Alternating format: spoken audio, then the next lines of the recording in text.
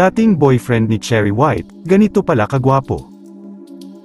Hindi nga inaakala ng mga madla na ganito pala kagwapo ang dating kasintahan ng vlogger na si Cherry White, hindi nga inaasahan ng maraming madla ang itsura ng ex-boyfriend ni Cherry White, tila ibang-iba daw kasi ang datingan nito sa mga dating naging kasintahan ni Cherry White. Matatanda ang unang sumikat si Cherry White dahil sa tambalan nila ng kapwa vlogger na si Asian Pacboy ng Team Bugo.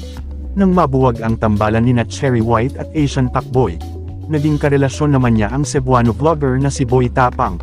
Ngunit kamakailan lang ay naghiwalay din sila nito. Dahil nga sa itsura ng mga lalaking kanyang nakarelasyon, tinawag pa si Cherry White ng marami na tirador ng mga pangit na vlogger. Inakusahan pa ng vlogger na si Makagago si Cherry White na kumakapit sa pangit para sa views at pera, ngunit lingid sa kaalaman nga ng mga madla, hindi lahat ng nakarelasyon ni Cherry White ay hindi kagwapuhan ang itsura. Maraming madla nga ang nagulat nang malaman na may napakagwapong ex-boyfriend pala si Cherry White. Kamakailan lang ay ipinakilala ni Cherry White sa lahat ang kanyang ex-boyfriend. Matapos nga ang ilang taon ay muling nagkita sina Cherry White at ng kanyang dating kasintahan.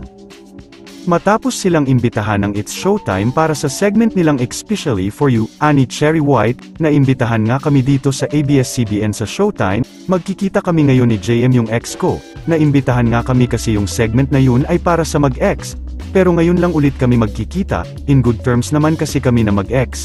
Naghiwalay kami ng okay, pag-amin pa ni Cherry White, ba't ganun nahihiya ako? Kasi matagal din kaming hindi nagkita parang ilang taon. Makikita nga sa vlog ang muling pagkikita ni Cherry White at ex-boyfriend niyang si JM Juris, 29 years old mula sa Santa Ana, Manila.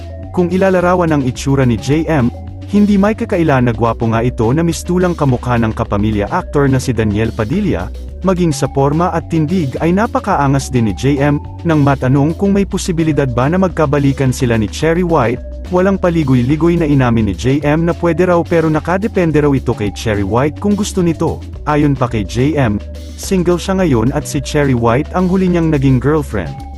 Ani JM, pwede pero depende. Depende sa kanya kung gusto niya, kaya naman maraming madla ang hindi maiwasang kiligin kina Cherry White at JM.